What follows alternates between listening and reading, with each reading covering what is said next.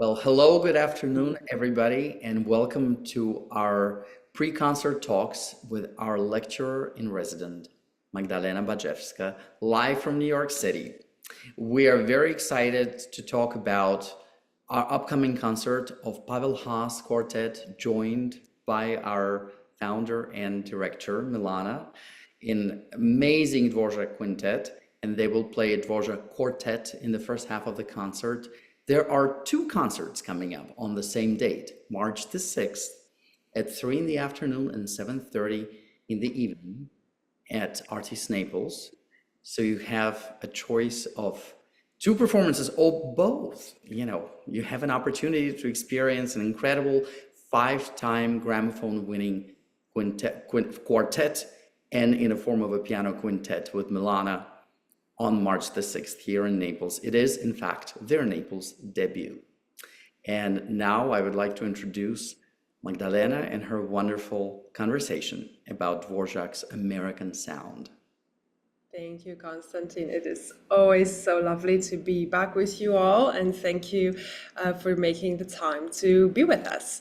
So today, yes, we will be talking all about Dvořák, a very, very colorful, interesting composer who is inheriting the Viennese tradition of Brahms and Beethoven, mixing it with his own folk idiom from the Czech Slavic, world, and then traveling to America and discovering the Black American spirituals there and creating what we these days call the American sound. So we're in for a journey, and all in preparation for the concerts featuring the two works by Dvořák. The first one will be the string quartet, and then our dear Milana is joining in the second half for the piano quintet. And at the end of our session, we'll hopefully be able to ask her a couple of questions about how the preparations for the quintet are coming along. So let me share my screen as always, and I have a fancy new way of sharing sound. Hopefully it will be better this time. Okay, the concerts, as Konstantin already mentioned, are on March 6th, and there are two of them in one day. That's already really quite a feat in terms of stamina to be able to play two such huge concerts in one day. We will be focusing, as I mentioned, on a string quartet number 11 and the beloved piano quintet in A major. For Antonín Dvořák, it's wonderful that we got to talk a couple of weeks ago about Bedřich Smetana, because Dvořák is really, in a way, his musical successor. And as you may remember, Smetana, who was born under the Habsburg rule, is now learning Czech and becoming the first Czech composer really using the folk idiom openly. And so Dvořák really inherits that tradition, mixing it with the influences of Schumann, Schubert, Brahms, and so on. So in fact, it was Brahms who gave Dvořák his first big break. Dvořák was in his mid-30s when Brahms received a score and then saw a score of Dvořák's in a competition and thought Dvořák was a wonderful composer, and he recommended his own publisher, Zimrock, to Dvořák. And the first work that was published with Zimrock was actually the famous Slavonic Dances, Opus 46. Originally, they were written for one piano, 4 hands, and I will just hear a few seconds of this piece because it is so characteristic of Dvořák's input and so very Slavic, and we will be talking about how he weaves these idioms throughout his output. They were so popular that very quickly, very soon after, Dvořák decided to orchestrate these at the request of the publisher. This music was selling very well. So let me play one of the movements, which is a furiant, quick, very lively dance, and I'm sure many of you are already familiar with this music.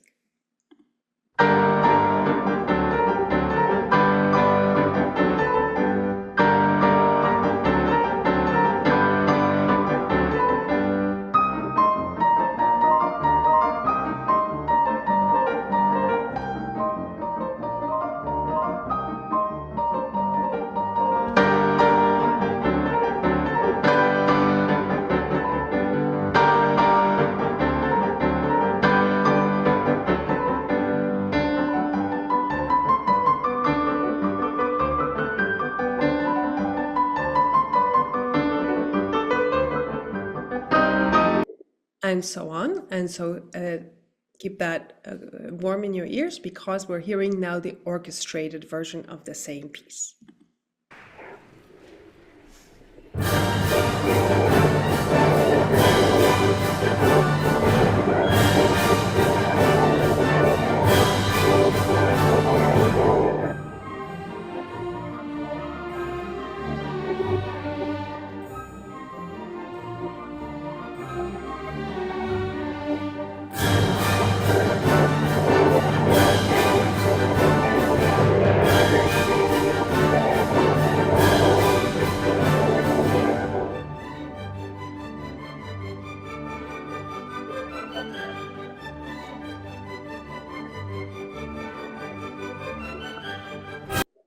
So we have talked so much in the past about making transcriptions of work that exists originally for the orchestra and then are transcribed for the piano. In this case, it is the opposite, and it's wonderful to hear the imagination, the orchestral imagination with which Dvořák assigned each melodic line to a different instrument, really creating this beautiful rainbow of sound.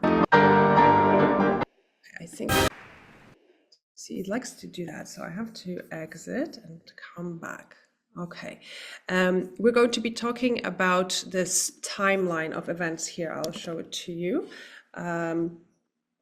The string, so after the Slavonic dances, the string quartet and the piano quintet that we're going to be talking about are at the peak of Dvořák's career. After that, I briefly want to just mention that Dvořák is invited to become the director of the National Conservatory of Music in New York City, where he stays for 3 years.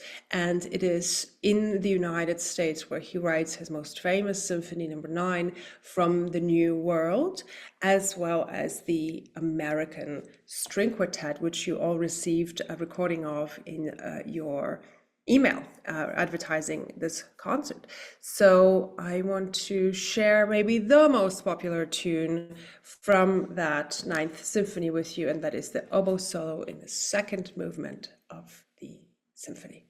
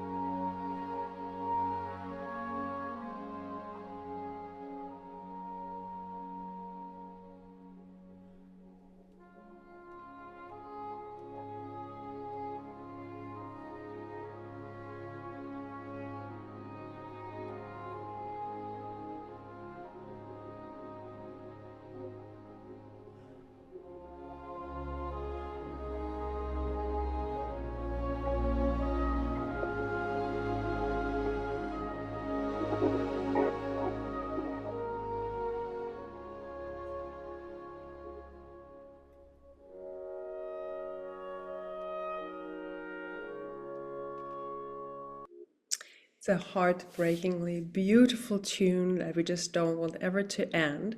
And there are a lot of legends surrounding that tune. So I think that it's a good moment to sort of dispel some myths and really talk about what happened.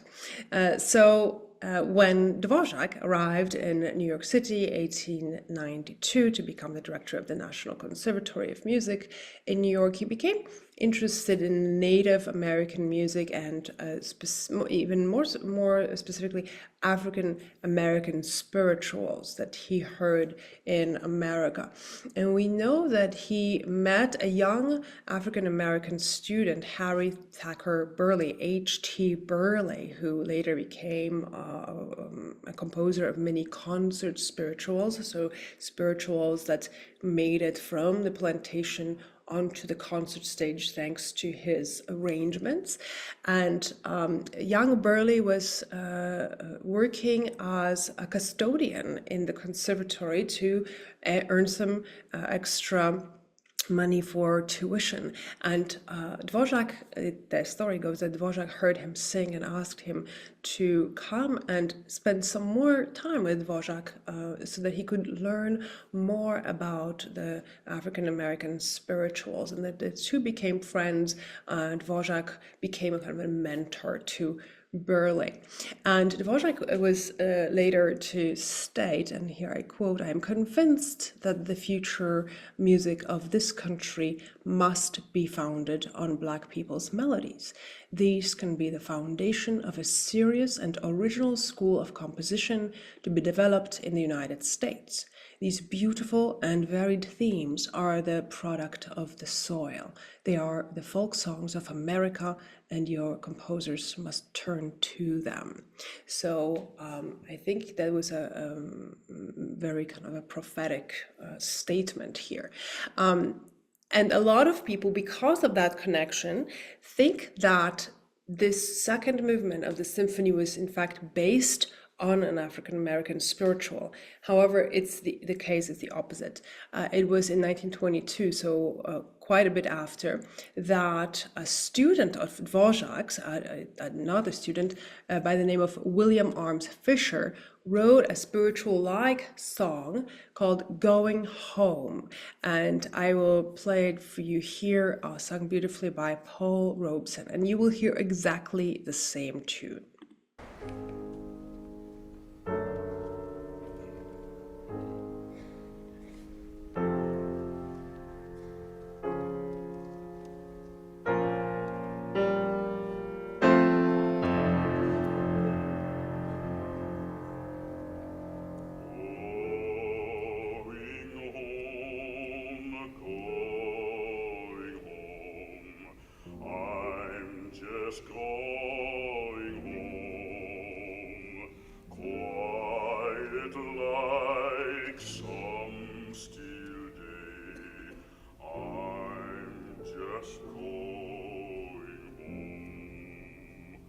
It's not far, just close by, through an open door.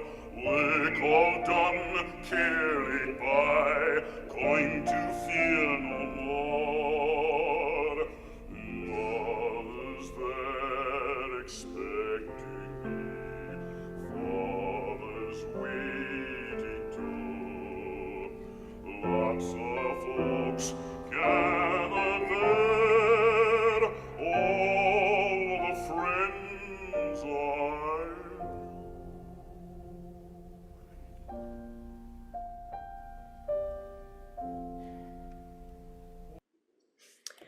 Beautiful, beautiful melody.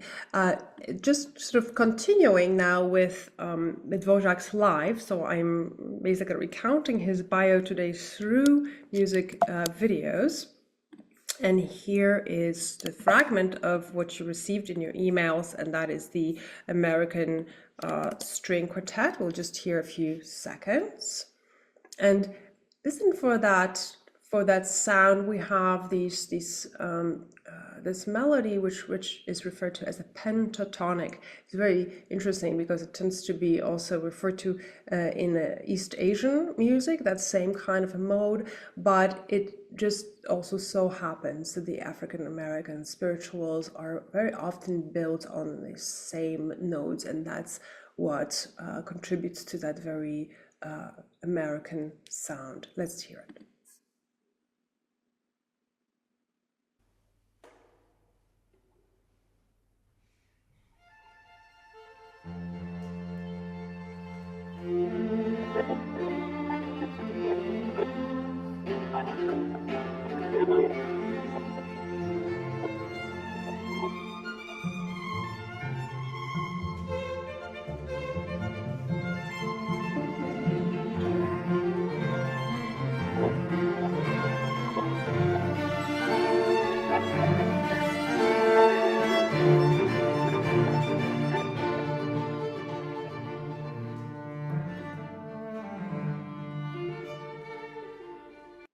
It's a lovely exchange of the tune between the instruments.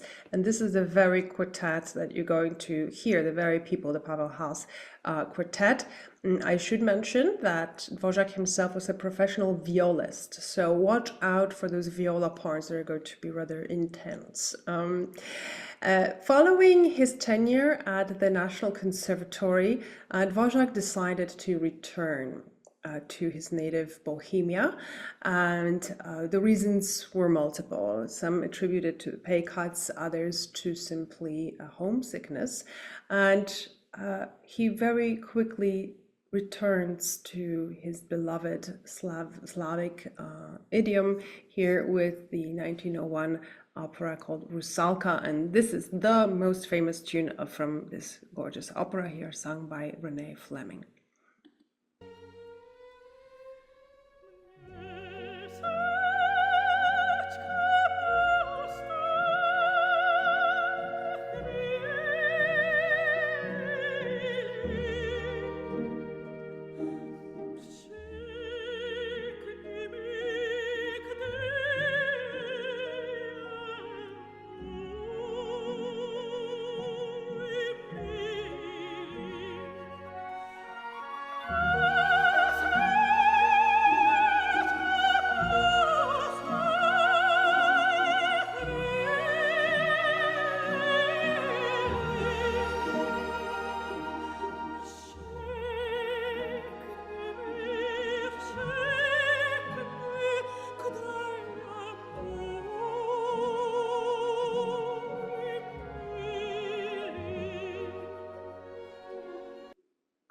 Okay, so all these listening examples are something to return to when you can. Oh, it keeps doing that for me.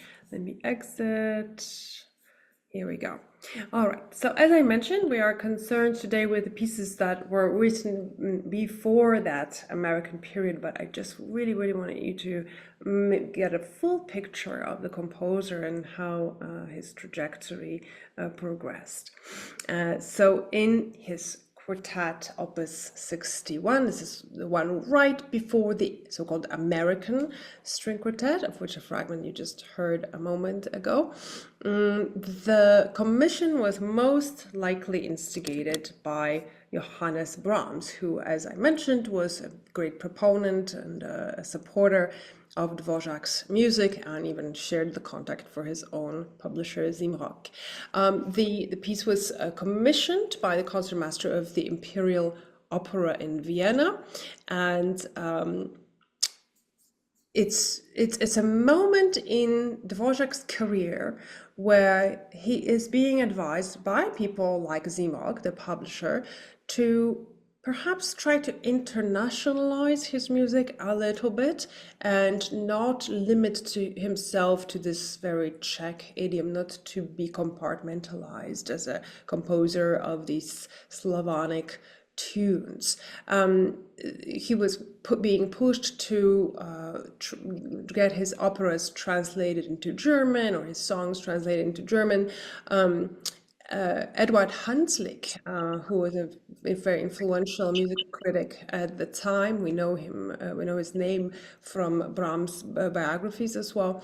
He apparently said, and I quote, "It would be advantageous for you, for your things to become known beyond your narrow Czech fatherland, which in any case does not do much for you," he said, and end quote.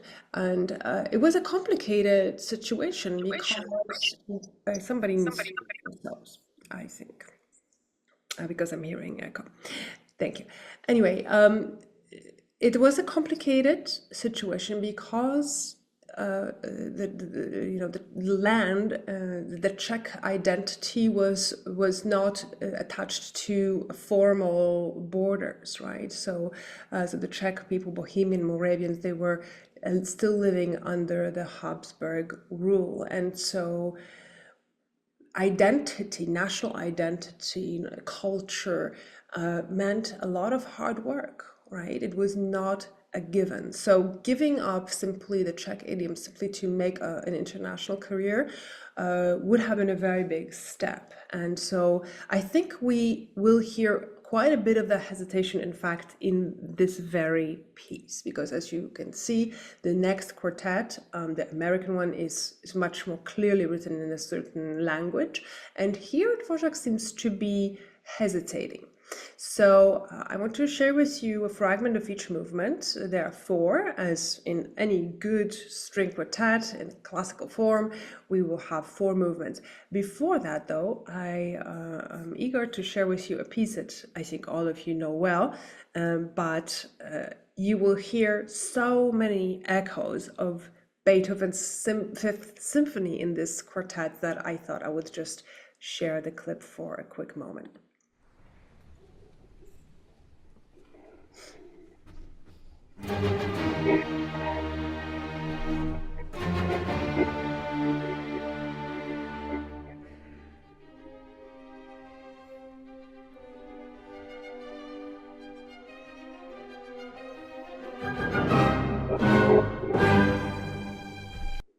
And so on. So this entire movement is very famously based on this famous motif, pa pa pa pam, right? Short, short, short, long, or dot, dot, dot, dash.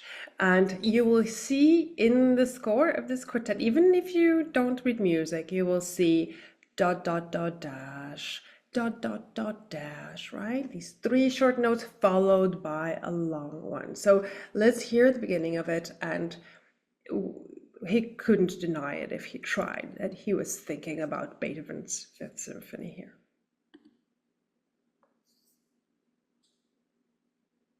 In fact, let me move to YouTube like this so you have a full screen.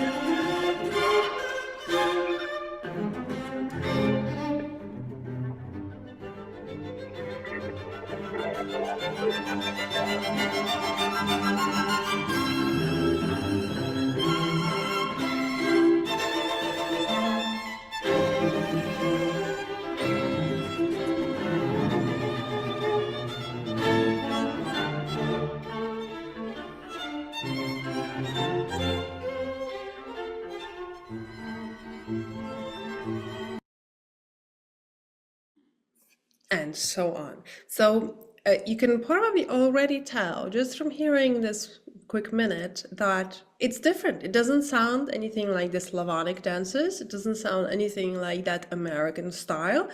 It is Dvořák really disciplining himself into sounding Viennese, right? Must sound like Schumann, must sound like Brahms, and he's doing a fantastic job at it. But is it really who he is the question. I think that may be an interesting thing to ask the quartet members after the concert. How do they find playing this quartet versus the following, the American string quartet? Okay, the slow movement, usually the second movement is going to be a slow one to contrast with the beginning. It is a dreamy adagio, and here you really are going to hear these echoes of Brahms and even Schubert. So Vienna is written all over this music.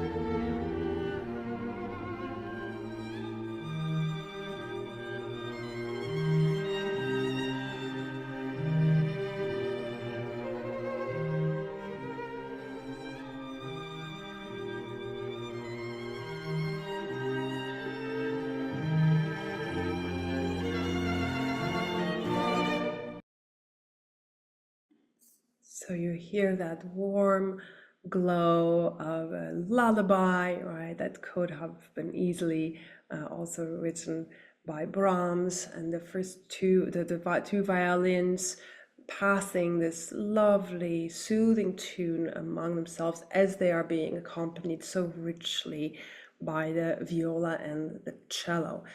As always, in watching chamber music, listening to chamber repertoire, it is so much fun to observe the dynamic between the players and see who leads at the moment, right? We always, there's even a saying, oh, this person plays the first violin in, let's say, a marriage or any kind of relationship. But is it always the first violinist who's going to have the leading role? And we'll talk about it a little bit more when we get to the quintet. Third movement is a scherzo. Like any good classical form, you're going to have a piece that's in quick 3, with again very strong reminders of Beethoven. But there is, it's as though Dvořák is starting to a little bit forget himself here, and is inserting a little bit of that Czech spice into his music. So, I just want to emphasize that he was extremely aware, just like Smetana, who very consciously started writing Czech music. Here Dvořák is really torn in between international career by writing slightly different music, a little bit more cosmopolitan, and that condescension that he felt from the Habsburg Empire toward his national idiom, his national heritage as a Bohemian. So here's a third movement.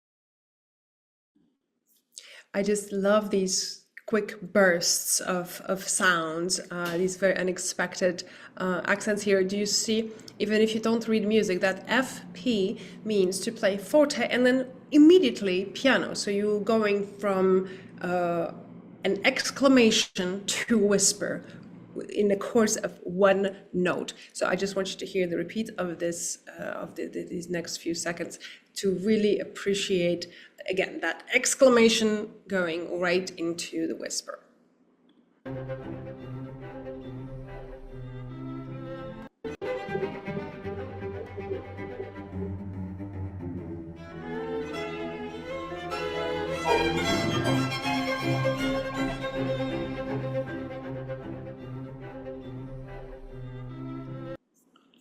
Okay, and so on. So the final movement is a lively vivace. It is bright and joyful, and it's going to get increasingly folksy. So maybe after all, Dvořák is not ready to leave his Czech musical identity behind. We know that he was very proud of this quartet. He thought it was extremely well crafted.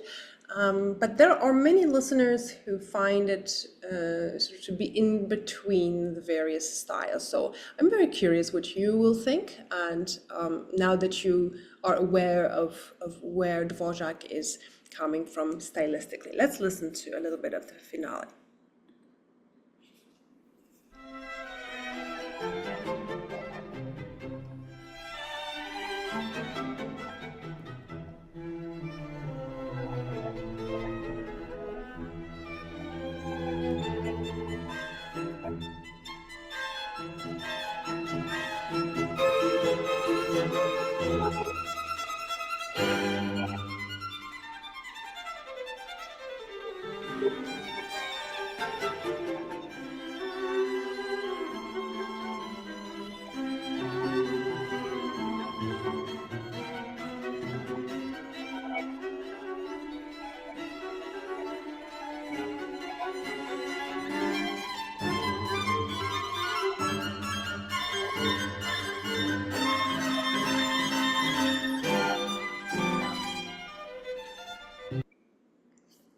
course, this music requires the top level of virtuosity.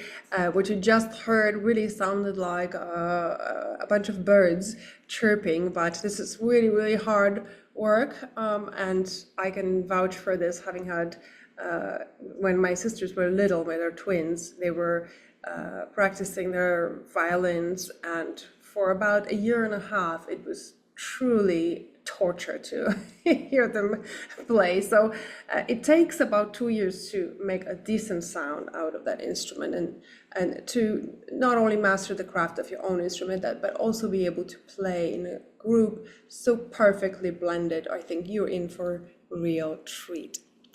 We now leave this quartet behind and are going to move on to the beloved piano quintet in A major.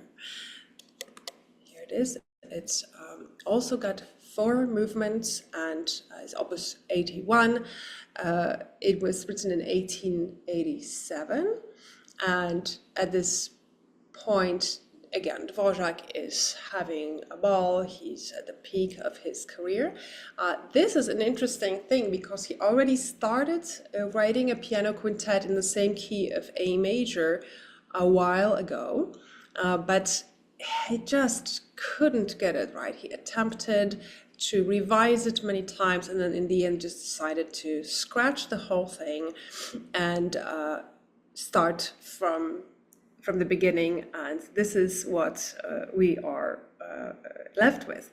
In this quintet, I really feel like nothing could go wrong. His hand is so steady, his touch is so self-assured, everything is where it needs to be. Again, you hear that warmth of Brahms, you certainly hear very clear influences of Schumann, if you're familiar with the Schumann quintet, and I'll even quote a tiny bit of it here.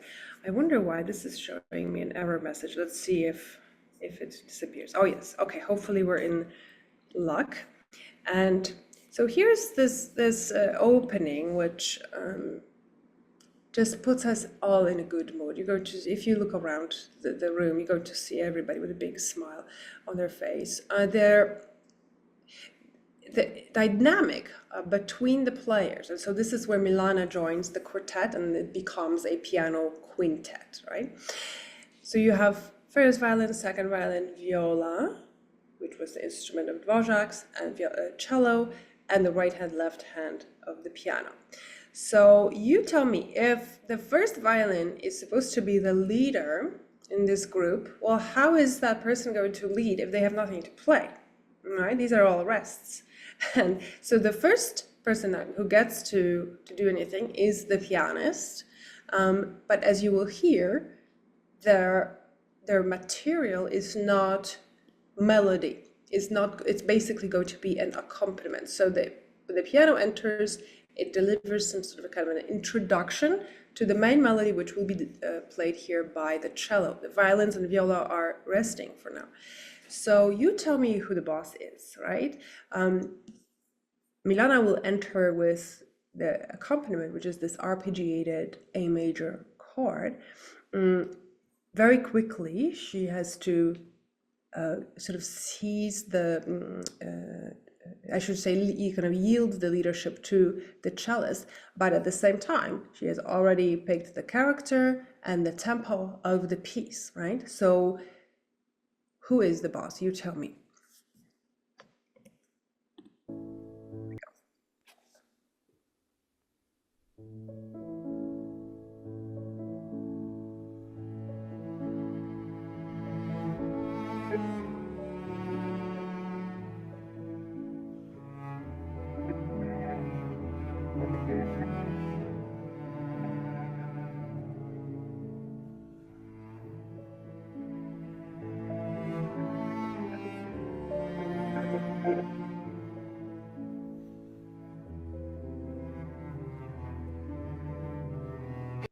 And now the music is going to radically change, and I believe that everybody's going to now look at the first violinist who enters with a forte, very decisive chords. So as you are listening, closing your eyes is always a lovely idea to allow the sound to wash over you, But even better idea is to watch very carefully and see who's leading at this very moment, right? So we started with Milana setting the tempo and the character, then the cellist playing the main tune, but then at this moment, they all have to look at the first violinist for the character of this melody. So you see the leadership changed 3 times within just 17 bars of music. Let's just hear that transition.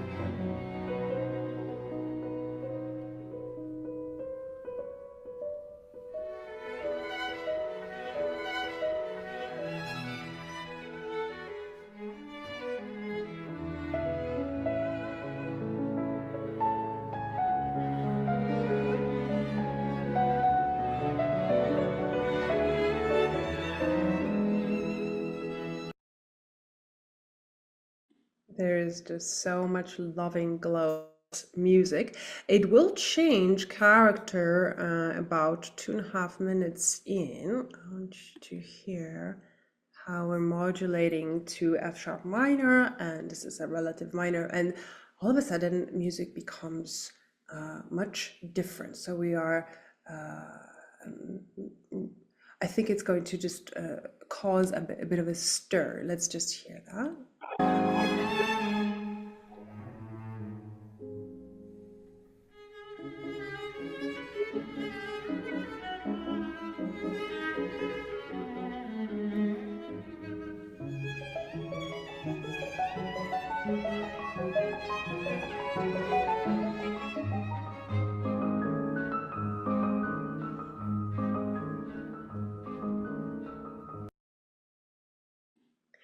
So from this warmth of A major, all of a sudden everything became much more staccato, and there was this beautiful solo of the viola, which I'm sure Dvořák was thinking of his own playing when he wrote it.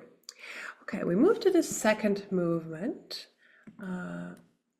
And this is a really large work. You see 13.5 minutes of just the first movement. So we're talking about a rather monumental structure, but it's not unlike the favorites that were written at the same time in the same genre of the piano quintet, right? The Schumann piano quintet and the Brahms piano quintet are among the most beloved ones, and they are also very hearty, of the same kind of size and length.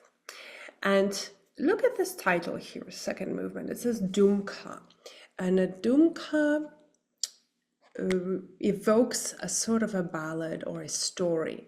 The root of the word Dumka has to do with thinking, with maybe being lost in thought, somewhat melancholy.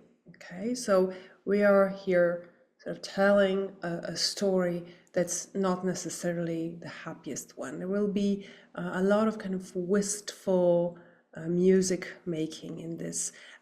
Again, the viola plays a big role in this piece. Now you know why. It was Dvořák's own instrument.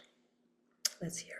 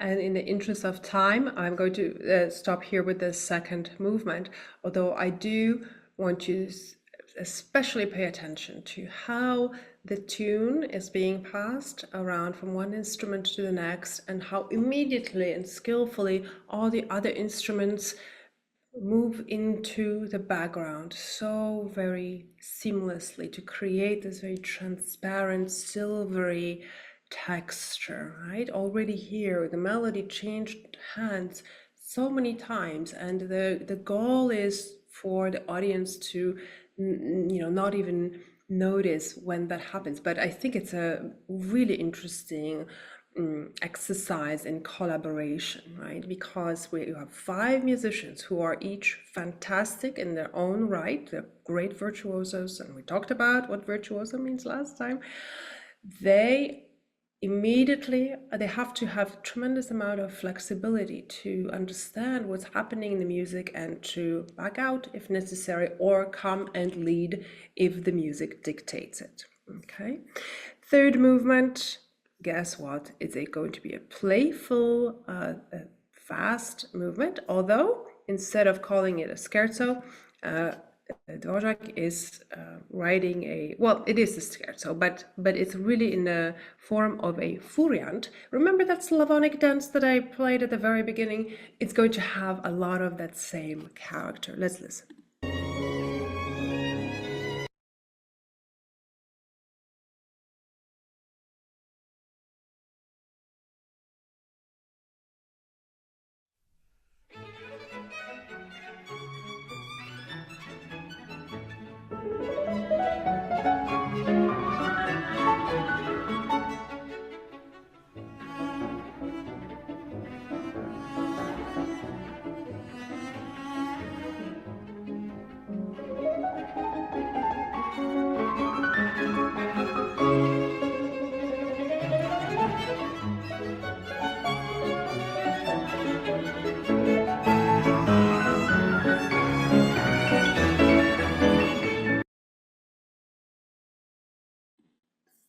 This is an interesting thing because Dvořák tried his best not to write like a Czech composer, but here he simply goes for it, and he writes a furiant, which is a Bohemian folk dance, right? He is a Bohemian composer, and it just fits, it just feels right. It reminds me of this anecdote when Nadia Boulanger, who is a renowned music teacher, met Astor Piazzolla, who is a famous tango composer. He brought her all these scores of music that sounded like Stravinsky, sounded like Bartók. And then she heard him play tango, and she says, "You idiot, you're supposed to write more tangos." And this is exactly what he did. He found his voice doing what he had already been doing. Last movement, the grand finale is a rondo, energetic bursts of syncopations, and again, it's going to sound a little bit folksy. So here we go.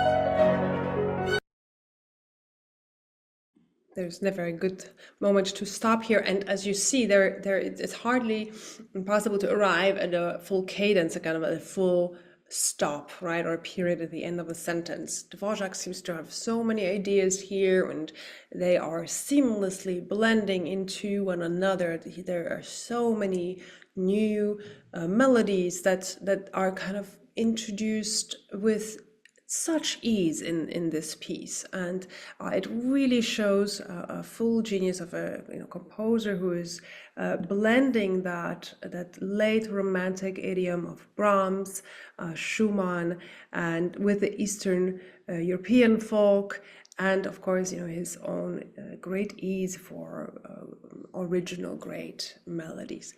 So with that, I'd like to stop and maybe ask Milana, who is both busy selling tickets, making sure that the artists are arriving, everybody has their visa, everybody has a place to stay, their flight, and also preparing this big piano part. How does that feel, Milana? Thank you for reminding me about how complicated it is, in fact. I am really looking forward to playing, for a change. And yes, it will be tremendously helpful if I didn't have to think about the ticket sales for this particular occasion.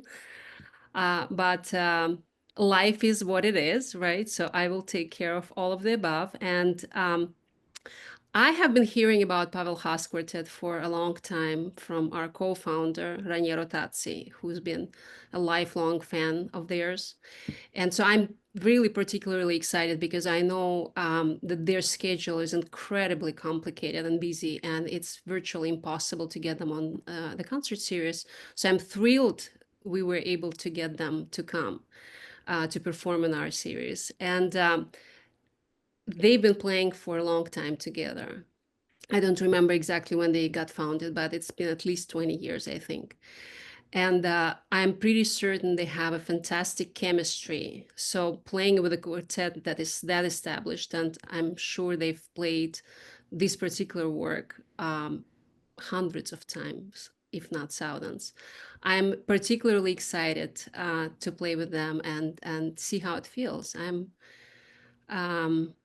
You played Dumka. That's one of my favorite pieces of music ever written. So it will be interesting to kind of feel uh, the challenge there. It's, to find this freedom, but at the same time, it has to stay within the structure, right? And kind of not fall apart. So it will be interesting. We will have 1.5 rehearsals and off we go. So that's going to be fun. Sounds amazing. But of course, with all the busy life that you have, you also have a tremendous amount of experience playing chamber music, right? Because you had a trio for many years. And so I think you'll be able to sort of get back on that bike, right? Having never I think forgotten. so. I think so. Chamber music has been a big part of my life since, basically the day I was born. Both of my parents are musicians. My mom is an opera singer. My dad was a clarinet player. So I've played chamber music since very early age. And that's where I feel very comfortable. I enjoy making music with other people. I enjoy making music with friends um, and strangers. And that's the best part, because when yesterday I had an experience playing with a fantastic young tenor where we met, we had 15-minute conversation, and off we went to make music together. And that's exciting because you have this spontaneity that is thrilling.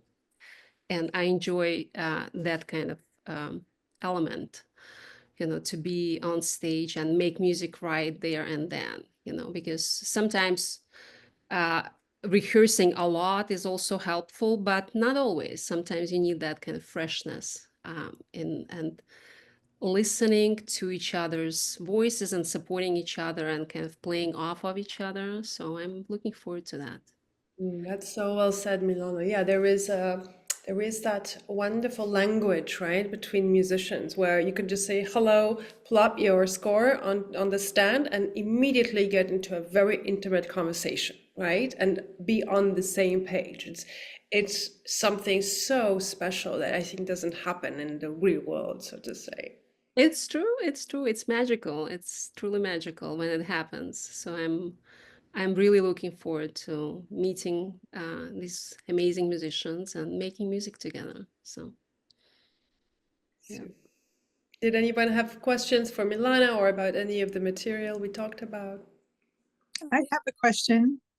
I missed the Virtuoso event, and I want to go back and hear a replay, and I have no idea how to do that. And I've loved all of your sessions, so thank you for today. Allison, I just emailed you the link, so you Oh, should have yay! it in the email. Yep. All right, thank you. Thank you. I wanted to say, Milana, you just said, I think strangers can soon become friends. And I'm sure when you're playing together like that, it takes just a split second. Yeah, with the right type of people and musicians, yes, it absolutely can be, you know. Yeah. I also want to comment on Spillville, Iowa, where Dvořák was in 1893. It's a claim to fame for the town. It has 385 people in it, and I think it started out in the 1800s with 340. So it hasn't grown a lot. But it's an interesting little town that really treasures the fact that Dvořák apparently, I think Magdalena started to write or wrote the New World Symphony in this little apartment above a clock store where brothers made clocks, actually. So it's a claim to fame for Spillville, Iowa. Oh, how Amazing. wonderful. I've never been, but that's a beautiful addition. Thank you, Melissa. We'll have to take a trip. Jen, you had a question, I saw. Yeah, I left a message on the chat during the performance of the recording. Mhm.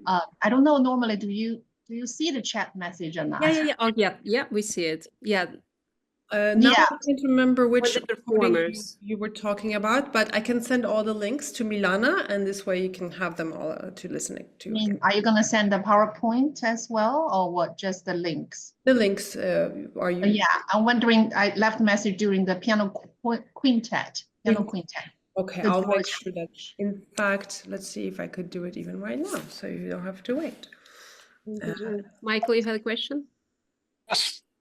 I had to think with all the influences he had on his work, he really was ahead of his time, because it's almost like AI composed. It just seemed so many things went in. Yes, Michael, I hope you're coming on March 6th.